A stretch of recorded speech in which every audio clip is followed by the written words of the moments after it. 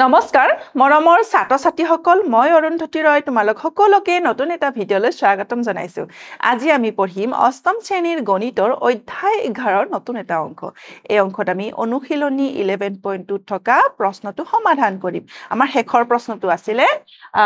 question number 11 সিমেন্টেৰে নিৰ্মিত Hume নল এডালৰ ব্যাস 1400 millimetre আৰু দৈৰ্ঘ্য 2500 মিলিমিটাৰ তেনেকুৱা 22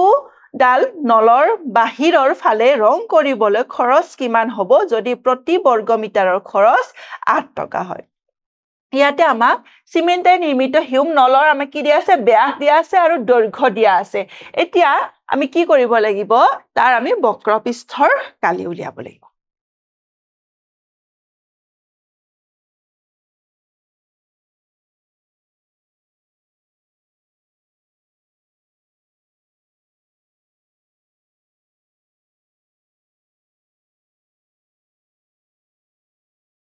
2 pi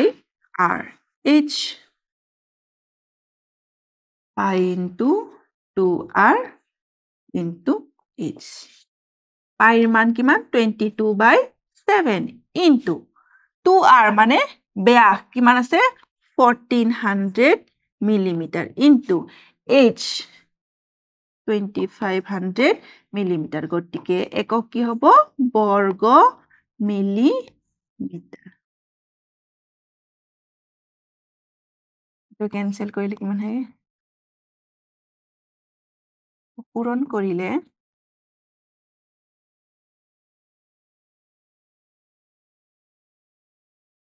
বৰ্গ মিলিমিটাৰ ইয়াতে চোৱা আমাক কি হৈছে বৰ্গ মিলিমিটাৰ আৰু আমাক কি কৈছে প্ৰতি বৰ্গ মিটাৰৰ খৰচ মানে আমি কি কৰিব লাগিব এই মিলিমিটাৰটো মিটাৰলৈ মানে বৰ্গ মিলিমিটাৰক বৰ্গ মিটাৰলৈ কনভাৰ্ট কৰিব লাগিব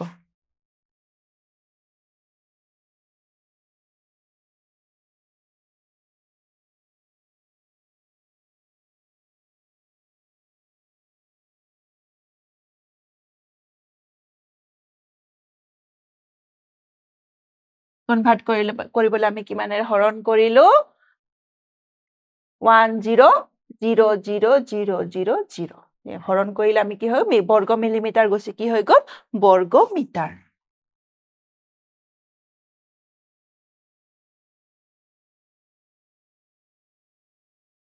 কি হল আমাৰ ইয়াৰ বক্ৰপৃষ্ঠৰ কালিটো আমি কিমান পালো 11 বৰ্গ মিটাৰ আৰু কি কৈছিলে 1 বৰ্গ মিটাৰৰ 1 বৰ্গ মিটাৰ 1 বৰ্গ মিটাৰ ৰং কৰিলে খৰচ হয় 8 টকা গতিকে আমাৰ কিমান আছে ইয়াতে 11 বৰ্গ মিটাৰ ৰং কৰিলে খৰচ হয় 11 into 8 88 টকা মানে 11 বৰ্গ মিটাৰ ৰং কৰিলে খৰচ কিমান হয় 88 টকা 11 বৰ্গ মিটাৰ কি হয় এডাল হিউম নলৰ বক্ৰপৃষ্ঠৰ কালি আমাক কেইডাল নল ৰং কৰিব দিছে 22 ডাল গতিকে 22 ডাল নলৰ বাহিৰৰ ফালে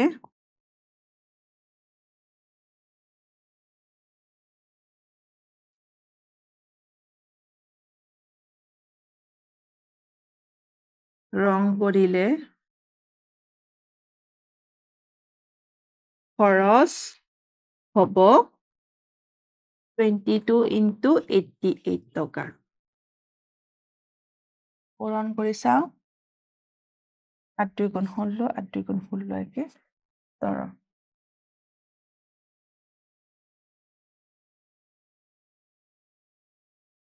1936 নকাৰ এইটো হল ইয়াৰে উত্তৰ এতিয়া আমি চাও আহাচোন নেক্সট এটা টপিক হেতু কি হৈছে আয়তীয় ঘনকৰ আয়তন এতিয়া আয়তননো কি আয়তন কি হৈছে যেতিয়া ত্ৰিমাত্ৰিক বস্তু একতা ধৰি এটা উদাহৰণ দি আছে এটা বাকস এই বাকসটো যিখিনি ঠাই আগৰি আছে সেইখিনি কি কব এই বাকসটোৰ আয়তন ঠিক তেনেদৰে এই চকৰ বাকসটো যিখিনি ঠাই আগৰি আছে হেতু কি হ'ব চকৰ বাকসটোৰ আয়তন আৰু যেনেকৈ ঔষধৰ বাকসটো কি হয় যিখিনি ঠাই আগৰি আছে সেইখিনি ঠাই কি বুলি কব ঔষধৰ বাকসৰ আয়তন ঠিক আছে ত্ৰিমাত্ৰিক বস্তু একতাই যিমান ঠাই আগৰি থাকে তাৰ পৰিমাণকে বস্তুটোৰ আয়তন বলে ইয়াত কেইটামান আয়তীয় ঘনক আকৃতিৰ বস্তুৰ ছবি দিয়া হৈছে যেনেকৈ বাকস চকৰ বাকস আৰু ঔষধৰ বাকস এতিয়া নেক্সট এতিয়া কিছুমান সমান আয়তনৰ ঘনকৰ টুকুৰাৰে এনে আয়তীয় ঘনক তৈয়াৰ কৰো আহাচোন ইয়াতে কি দিছে প্ৰথমতে এটা কি দিছে ইয়াতে এটা আয়তীয় ঘনক দিছে আয়তীয় ঘনকত কি হৈছে কেইটামান সৰু সৰু ঘনক লগ হৈ এটা আয়তীয় ঘনকৰ সৃষ্টি হৈছে এতিয়া আমি চাব লাগিব দীঘত কেইটা ঘনক আছে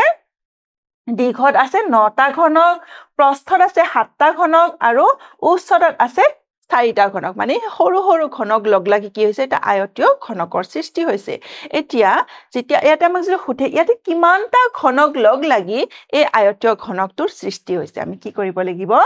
ইয়াৰ দীঘত যিমানটা আছে প্ৰস্থত যিমানটা আছে আৰু উচ্চতাত যিমানটা ঘনক আছে এই ঘনক এটা আমি পূৰণ কৰিলে কি পাম ইয়াতে মুঠ কিমানটা ঘনক আছে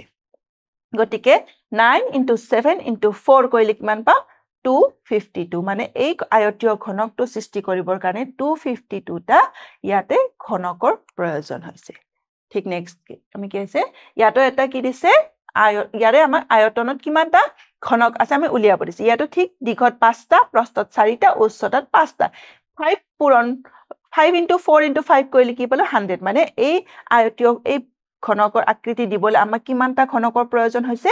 100টা নেক্সট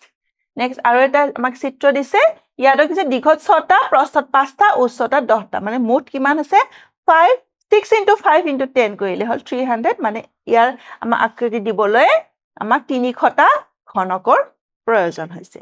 নেক্সট মন কৰিছানে ওপৰত তৈয়াৰ কৰা আয়তীয় ঘনকবোৰৰ আয়তন আমি ঘনকৰ সংখ্যাৰে প্ৰকাশ কৰিব পাৰো যদি আমি ব্যৱহাৰ কৰা ঘনকৰ টুকুৰাবোৰৰ যোগ 1 সেন্টিমিটাৰ * 1 সেন্টিমিটাৰ * 1 সেন্টিমিটাৰ বা 1 ঘন সেন্টিমিটাৰ হয় তেন্তে ওপৰৰ আয়তীয় ঘনক কেইটাৰ আয়তন হ'ব ক্ৰমে 252 ঘন সেন্টিমিটাৰ 100 ঘন সেন্টিমিটাৰ আৰু 300 ঘন সেন্টিমিটাৰ অৰ্থাৎ আয়তীয় ঘনক কেইটাৰ আয়তনৰ যোগ আমি ঘন সেন্টিমিটাৰ এককত আমি প্ৰকাশ কৰিব পাৰো ইয়াতে টকা দিছে আয়তীয় ঘনকৰ আকাৰ বুজাবলৈ আমি দিশ পূৰণ প্ৰস্থ পূৰণ উচ্চতা এইদৰে আমি লিখো নেক্সট এটা ইয়াতে উদাহৰণ দিছে আয়তীয় ঘনক এটাৰ দিশ 15 সেন্টিমিটাৰ প্ৰস্থ 10 সেন্টিমিটাৰ উচ্চতা 8 সেন্টিমিটাৰ হলে আয়তীয় ঘনকটোৰ আয়তন নিৰ্ণয় কৰা আয়তীয়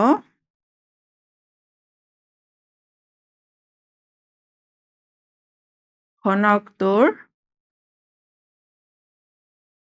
আয়তন কি আছিলে দিশ পূৰণ প্ৰস্থ পূৰণ উচ্চতা ইয়াতে কিমান আছে 15 * 10 * 8 এইটো কি হ'ব সেন্টিমিটাৰ কিউব লিখিব পাৰো বা আমি ঘন সেন্টিমিটাৰ লিখিব পাৰো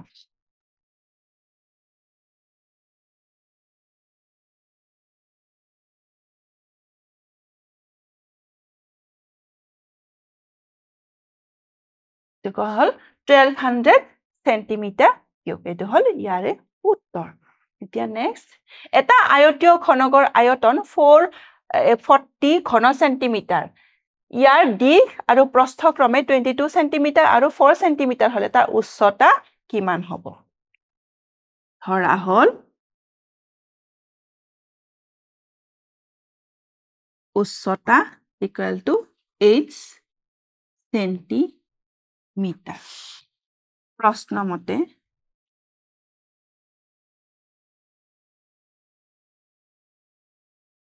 আয়তন কিমান দিছে আমাক 440 দিশ 22 আৰু প্ৰস্থ দিয়া আছে 4 সেন্টিমিটাৰ আমাৰ কাৰ মান উলিয়াব লাগে h ৰ মান উলিয়াব লাগে h equal to 440 divided by 22 into 4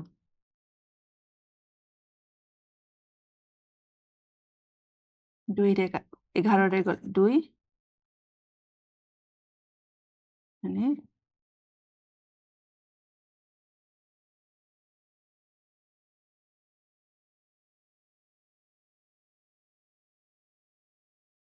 h equal to 10/2 বা 5 ঠিক উচ্চতা হ'ব 5 সেন্টিমিটার আমাৰ ইয়াতে উচ্চতা উলিয়াব দিছিল উচ্চতা আমি কিমান পালো 5 সেন্টিমিটাৰ এতিয়া নেক্সট ঘনকৰ আয়তন যদি এটা আয়তীয় ঘনকৰ দিশ প্ৰস্থ আৰু উচ্চতা সমান হয় তেন্তে আয়তীয় ঘনক আমি সুষম ঘনক বা ঘনক বোলে গতিকে যদি ঘনকৰ বাহুৰ দিশ l একক ধৰা হয় তেন্তে আয়তন হ'ব l কিউব ঘন একক কাষৰ চিত্ৰটোত 64 টা সম আয়তনৰ ঘনক লাগি এটা ঘনক তৈয়াৰ হৈছে ইয়াতে আমি কি কৈছে ঘনকৰ আয়তন ঘনকৰ কি হয় যেহেতু দিশ প্ৰস্থ আৰু উচ্চতা একে থাকে গতিকে আমি যদি ঘনকৰ বাহুৰ দিশ l লও তেতিয়া হলে কি হ'ব ঘনকৰ আয়তন হ'ব l কিউব আৰু একক হ'ব ঘন একক ইয়াতে এটা ঘনকৰ চিত্ৰ দিয়া আছে আৰু কি কৈছে ইয়াতে দিশ প্ৰস্থ আৰু উচ্চতা কিমান ইয়াতে দিশটো 4টা ঘনক উচ্চতাটো 4টা ঘনক আৰু প্ৰস্থটো 4টা ঘনক গতিকে কি হ'ব 4 * 4 * 4 কৰিলে কিমান হ'ব 64 টা ইয়াতে কি আছে 64 টা ঘনক লগ লাগি এটো কি হৈছে এই ঘনকটোৰ সৃষ্টি হৈছে গতিকে ইয়াৰ আয়তন কিমান আমি ক'ব ক'লে 64 ঘন একক এতিয়া নেক্সট তোমালোকে লক্ষ্য কৰিলে দেখিবা যে ঘনকটোৰ দিশ প্ৰস্থ আৰু উচ্চতা কিমান 4 একক গতিকে ঘনকটোৰ আয়তন কিমান হ'ব 64 ঘন একক কাৰণ 4 * 4 * 4 ঘন একক দিশ প্ৰস্থ আৰু উচ্চতা আমি পূৰণ কৰিছো যেহেতু ঘনকৰ কি হয় দিশ প্ৰস্থ আৰু উচ্চতা গোটেইটা সমান হয় গতিকে আমি কি লিখিছো দিশ পূৰণ দিশ ইকুৱেল টু দিশ কিউব এতিয়া এটা উদাহৰণ দিছে ঘনক এটা বাহুৰ দৈৰ্ঘ্য 7 সেন্টিমিটাৰ হলে ঘনকটোৰ আয়তন কিমান হ'ব ঘনকটোৰ আয়তন কিমান সূত্ৰটো কি হয় দিশ কিমান দিয়া আছে 7 সেন্টিমিটাৰ গতিকে আমি কি লিখিম 7 কিউব ঘন সেন্টিমিটাৰ 7 কিউব মানে 7 * 7 * 7 ঘন সেন্টিমিটাৰ 7 * 7 * 7 কৰিলে কি হ'ব 343 ঘন সেন্টিমিটাৰ এটো হল ইয়াৰে উত্তৰ এতিয়া নেক্সট কেইটামান তোমালোকক প্ৰশ্ন হতুৱা হাচোন ত্ৰিমাত্ৰিক বস্তু একতাই যিমান ঠাই আগৰি থাকে তাৰ পৰিমাণটোক বস্তুৰ কি বোলা হয় আয়তন বোলা হয় ইয়া নেক্সট আয়তীয় ঘনকৰ আয়তন তাৰ সূত্ৰটো কি আছিল দিশ পূৰণ প্ৰস্থ পূৰণ উচ্চতা মানে l * b * h আজিৰ অংকত আমি এইখিনিয়ে আলোচনা কৰিলো পৰৱৰ্তী অংকত আকৌ লগ পাম ধন্যবাদ